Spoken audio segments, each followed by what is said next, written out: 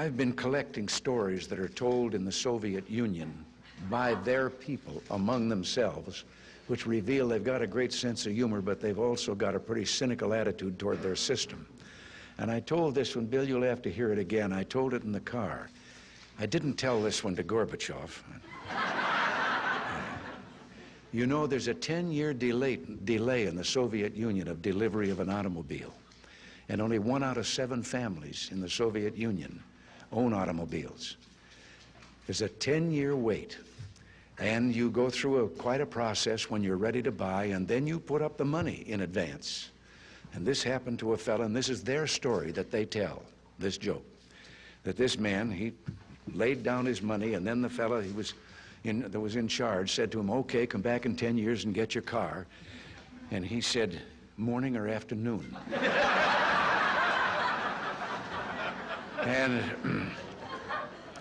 And the fellow behind the counter said, well, 10 years from now, what difference does it make?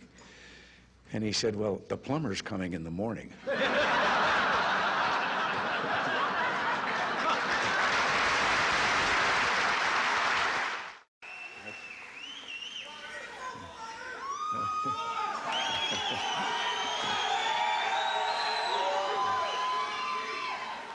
I just want to, oh, I can't resist.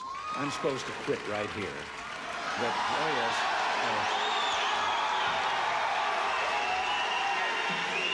But in view of the fast things that I just said, I don't know whether you know it or not, but I have a new hobby. I am collecting stories that I can actually prove are told among the Russian people.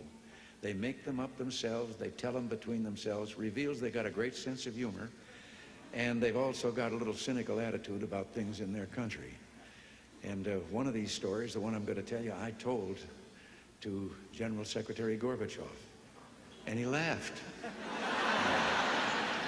The story was an American and a Russian arguing about their two countries, and the American said, look, in my country, I can walk into the Oval Office, I can pound the president's desk and say, Mr. President, I don't like the way you're running our country. And the Russian said, I can do that. The American said, you can? He says, yes. I can go into the Kremlin, to the General Secretary's office, pound his desk and say, Mr. General Secretary, I don't like the way President Reagan's running his country. You know, less than 1 family out of 7 in the Soviet Union owns an automobile. Most of the automobiles are driven by the bureaucrats. The government furnishes them and drivers and so forth. So an order went out one day to the police that anyone caught speeding, anyone, no matter who, gets a ticket. Well, Gorbachev came out of his country home, his dacha. He was late getting to the Kremlin. There was his limousine and driver waiting. He told the driver to get in the back seat, he'd drive, and down the road he went. They passed 2 motorcycle cops. One took out after him. And pretty soon he's back with his buddy, and his buddy says, well, did you give him a ticket? And he said, no. Well, he said, why not? Oh, he said, too important. Well, he said, we're told to give anybody a ticket, no matter who it is. Oh, he said, no, this one was, I could. Well, he said, who was it? He said, I couldn't recognize him.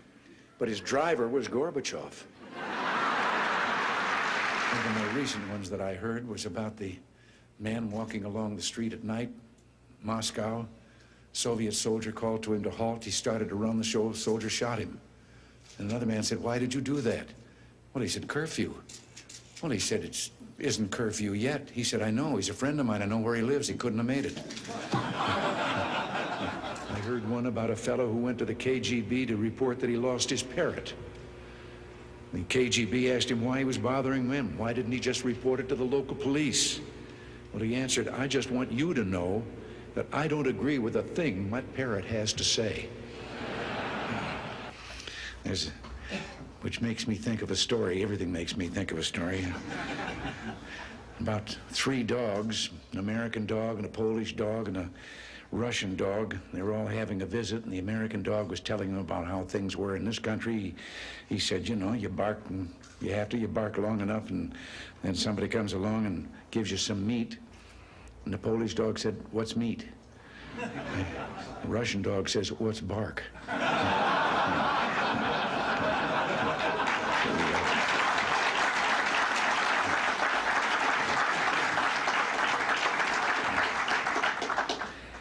have to interrupt right here and tell you that in one of my visits, I won't name him, I don't want to embarrass him, but one of the heads of state that I met with on this visit, he gave me one while I was on the way. Told me the story about the two fellows in the Soviet Union that were walking down the street, and the one of them says, "Have we really achieved full communism? Is this it? Is this now full communism?" And the other one said, "Oh, hell no, things are going to get a lot worse."